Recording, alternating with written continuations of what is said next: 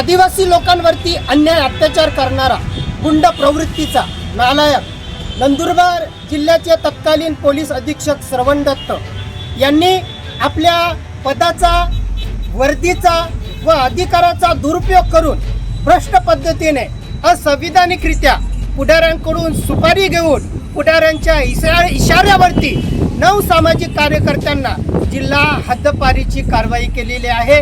या नालायक पोलीस अधीक्षक श्रवण दत्तवरती बडतर्फीची कारवाई करा।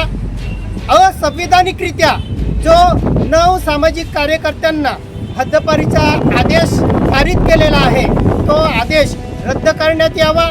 या पोलीस अधीक्षकाला हेही कळत नाही की सामाजिक कार्यकर्त्यांना हा जिल्हा हद्दपार करतो आणि गुंड लोकांना जिल्ह्यामध्ये ठेवतो, म्हणजे याची लायकी नाही असं यावरून समजतं।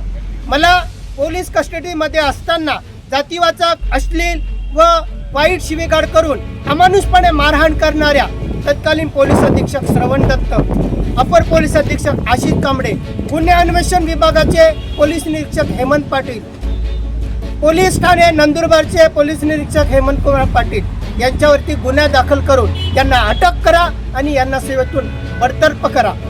गेल्या 3 वर्षापासून एकाही विषयामध्ये आदिवासींना न्याय न देणारा आणि आदिवासींची सगळी प्रकरणं दडपून ठेवणारा उपविभागीय पोलीस अधिकारी शहादा दत्ता पवार यांना सेवेतून बडतर्फ करा। त्यानंतर जातीवादी आदिवासी तक्रारदाराला लॉकअपमध्ये, पोलीस कोठडीमध्ये बंद करून ठेवणारा आणि आरोपीला वाचवणारा जातीवादी पोलीस निरीक्षक निलेश देसले यांना चौकशी अहवालाच्या आधारे सेवेतून बडतर्फ करा। नंदुरबार जिल्ह्यातील सट्टा, मटका, जुगार, दारू, गुटखा इत्यादी अवैध धंदे, ज्या अवैध धंद्याचे 100पेक्षा अधिक व्हिडिओ व्हायरल झालेले आहेत, त्यावरती कुठल्याही प्रकारची कारवाई किंवा ते धंदे बंद न करणाऱ्या तत्कालीन पोलीस अधीक्षक श्रवण दत्तवरती कारवाई झाली पाहिजे। हे अवैध धंदे बंद झाले पाहिजे।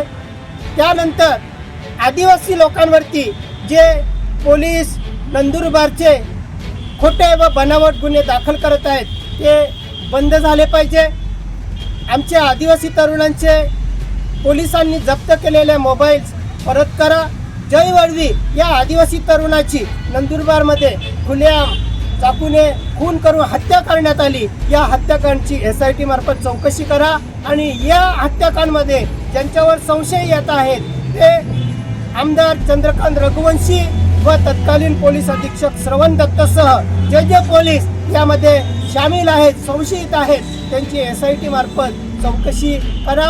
अशा एकंदरीत नंदुरबार जिल्हा पोलिसांनी जे आदिवासी लोकांवरती, माझ्यावरती अन्याय अत्याचार केलेला आहे त्या संबंधित मागण्यांसाठी आज दिनांक 14 मे 2026 रोजी मी माननीय विशेष पोलीस महानिरीक्षक नाशिक यांच्या कार्यालयासमोर माझं 508वं उपोषण छेडलेलं आहे।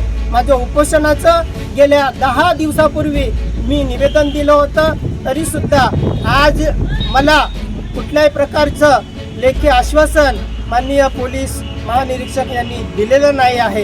याचाच अर्थ हे नंदुरबारच्या दोषी आरोपी पोलीस अधिकाऱ्यांना पाठीशी घालत आहेत का असाही प्रश्न मला इथं उपस्थित होतो। माननीय पोलीस महानिरीक्षक यांनी माझ्या मागण्यांबाबत दखल घ्यायला पाहिजे। त्यांनी जर दखल नाही घेतली तर याच्या पुढचं उपोषण मी उग्र असं उपोषण करणार आहे आणि ते उपोषण याच्या पुढे मी माननीय पोलीस महासंचालक मुंबई यांच्या कार्यालयासमोर करणार आहे।